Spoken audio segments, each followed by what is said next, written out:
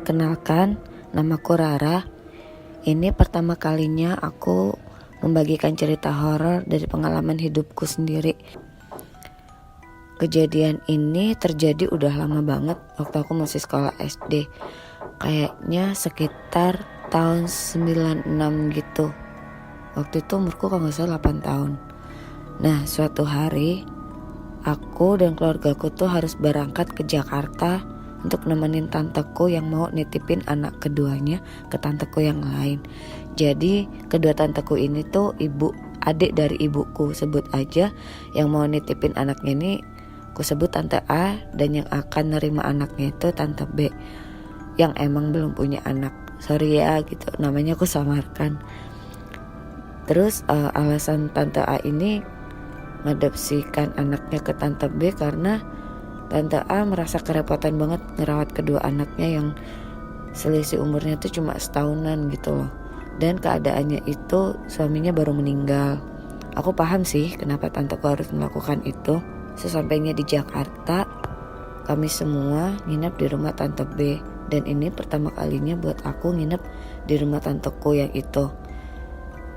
Dari pertama kali aku nyampe di rumah tanteku itu, ada satu hal yang benar-benar menarik perhatian mataku, yaitu sebuah bangunan yang belum jadi.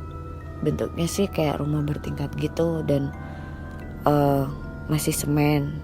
Terus di halaman depan rumahnya itu ditumbuhi banyak rumput-rumput yang udah tinggi banget, atau ilalang ya sebutannya. Kan kelihatan banget ya kalau rumput udah setinggi itu tuh berarti itu bangunan udah lama nggak keurus gitu loh. Jadi entah diterusin atau emang berhenti sampai di situ, aku nggak tahu. Nah terus waktu ngelihat rumah itu tuh nggak tahu kenapa ngerasanya tuh kayak merinding terus serem gitu. Dan itu selalu aku rasain gitu setiap aku duduk di teras rumah tanteku. Ya wajar dong karena duduk di teras itu tuh pemandangan depannya tuh langsung rumah itu. Nah singkat cerita, malam hari setelah acara syukuran serah terima ponakanku itu, ayah sama ibuku tuh mau pergi. Bilangnya sih beli tiket kereta buat pulang. Kebetulan emang kita pulang perginya naik kereta. Terus gak tahu kenapa aku tuh rasanya pengen banget ikut mereka. Bahkan sampai nangis-nangis loh.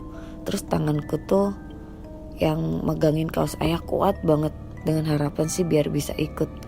Padahal adik-adikku tuh gak ada yang ikut. Dan aku beneran bingung gitu kenapa aku bisa sampai kayak gitu. Terus mau tanganku megangin sekuat apa tuh gak berhasil juga. Akhirnya dengan berat hati aku ngelepasin tanganku yang mencengkeram kaos ayah, karena waktu juga udah semakin malam, takut ketutupan loket.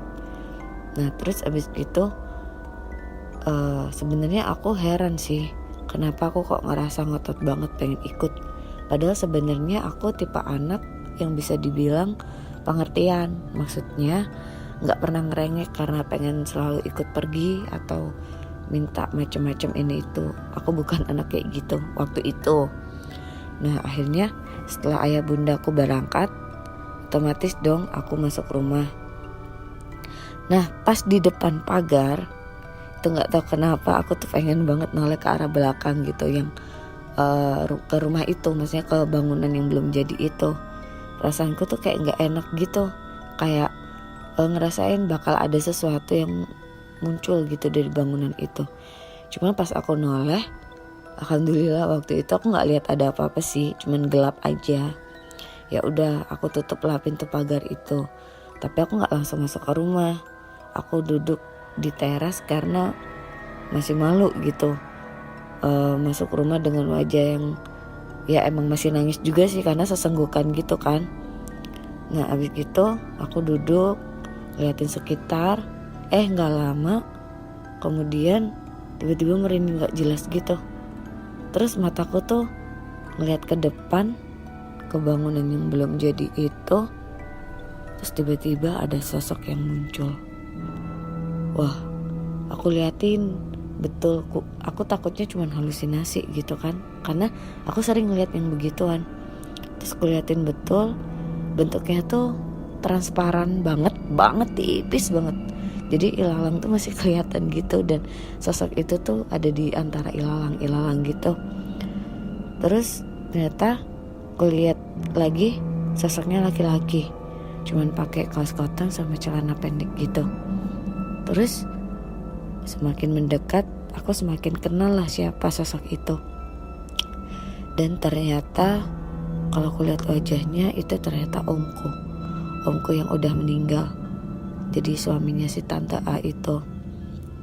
Terus tanpa aku sadari aku nyebut dengan gagap dong, sambil ya namanya orang kaget gimana sih, anak kaget gitu kan, antara percaya nggak percaya gitu. Nah tanteku kebetulan ada yang dengar, tanteku yang lagi ada di ruang tamu tuh ada yang dengar, terus langsung pada keluaran gitu kan.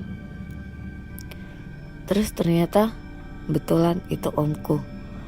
Itu nggak tahu kenapa aku tuh langsung bener nangis lagi, nangis makin kenceng gitu, kayak histeris gitu. Terus saudara-saudaraku yang lain yang masih ada di dalam rumah pada keluaran semua gitu, nanya dong, otomatis mereka tujuan apa maksudnya tertuju ke aku kan, nanya kamu kenapa kok masih nangis gitu. Aku langsung nunjuk ke arah sosok yang mirip banget sama omku itu. Terus mereka semua ngelihat ke depan, dan ternyata mereka kaget. Terus langsung ngucapin istighfar sambil nangis, nahan histeris gitu. Aku nggak nyangka ternyata semuanya bisa ngelihat. Terus abis gitu omku yang suami si tante B yang punya rumah itu langsung nyuruh kami semua masuk ke dalam, ambil air wudhu, terus disuruh ngaji. Kan katanya kalau misal kita ngaji itu bisa bantu ngusir makhluk-makhluk tak kasat mata. Jadi terus abis gitu gak lama nih, ponakanku yang masih bayi yang diadopsi itu tidurnya kan di ruang tamu. Nah tiba-tiba tuh nangis kenceng banget. Yang tadinya tidur nyenyak itu nangis kenceng banget.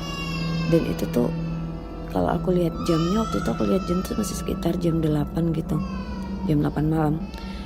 Nah terus otomatis dong tanteku yang secara biologi adalah ibu kandungnya spontan gendong anaknya, mungkin biar tenang gitu kali ya. Nah terus abis gitu semakin dekat lah sosok yang mirip omku itu jalan maju ke arah rumah tanteku. Jalannya tuh bukan jalan yang kayak jalan kaki, enggak, tapi kayak melayang gitu loh. Nah terus akhirnya masuklah sosok yang mirip omku itu ke ruang tamu, deketin tanteku yang lagi gendong anaknya.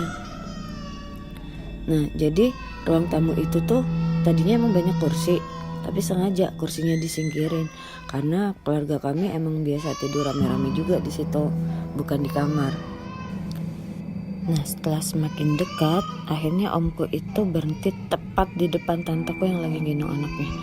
Dan tangisan ponakanku tuh makin kencang banget. Terus sambil nangis sambil nahan tubuh yang udah gemeter banget karena udah ketakutan atau apalah, aku langsung buka Al-Quran dan mulai ngaji. Tapi selama aku ngaji tuh tatapanku gak bisa yang bener-bener fokus ke Al-Quran gitu. Jadi mataku tuh kayak yang pengen tahu gitu loh apa yang terjadi sama sosok yang mirip omku itu dan ponakanku yang semakin lama semakin kencang nangisnya.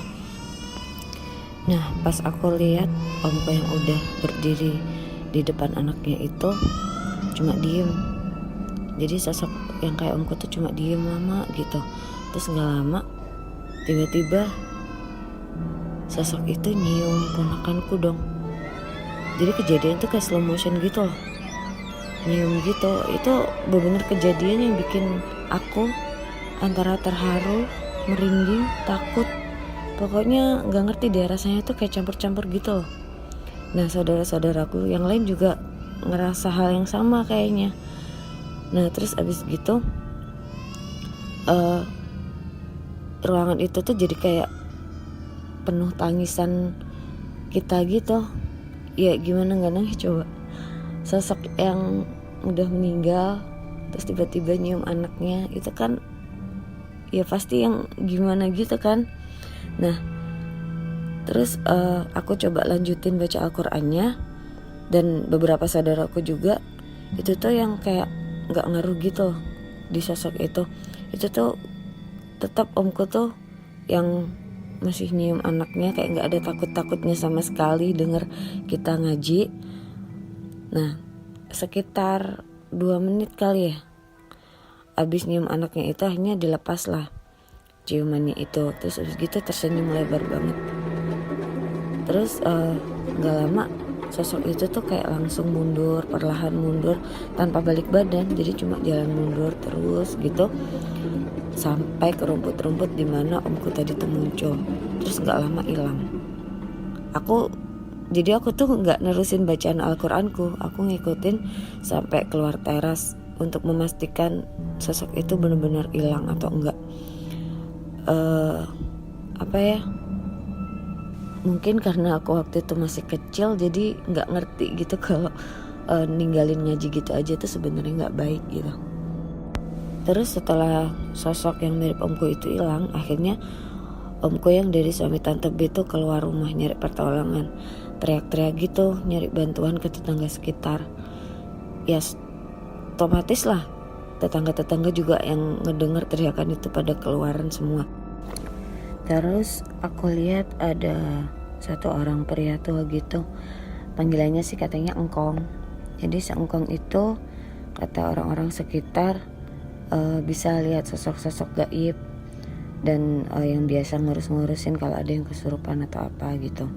Nah akhirnya si engkong itu tuh udah nyamperin kan ke rumah tanteku, terus langsung kayak ngitari rumah tanteku gitu loh sambil komat kamit, kayaknya sih berdoa. Terus gak lama si engkong minta ke omku, kayaknya udah gak kepake, atau kalau orang Jawa itu istilahnya gombal gitu.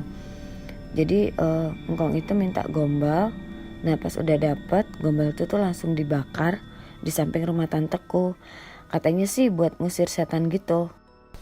Gak tahu kenapa ya waktu itu sih aku gak percaya yang begituan gitu.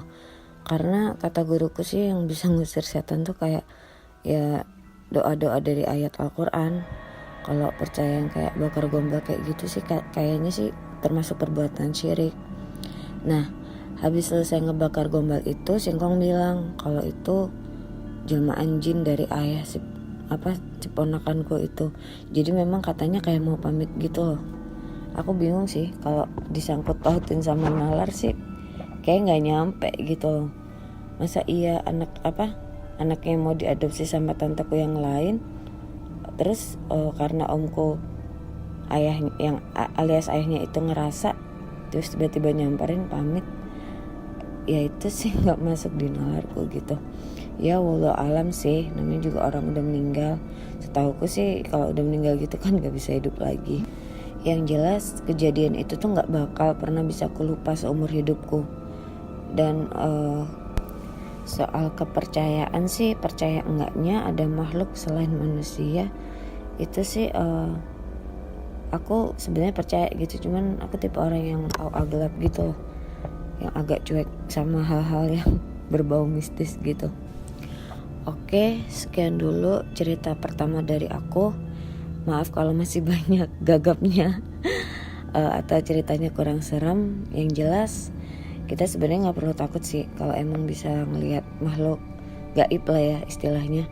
Itu ya mungkin kita coba berdoa aja. Lagian kan selama mereka nggak ganggu ya udah gitu, biarin aja. Apalagi kayak sosok yang mirip omku itu kan niatnya baik, mau pamit ke anaknya buat nyium dan terus gitu balik lagi ngilang gitu. Jadi ya udah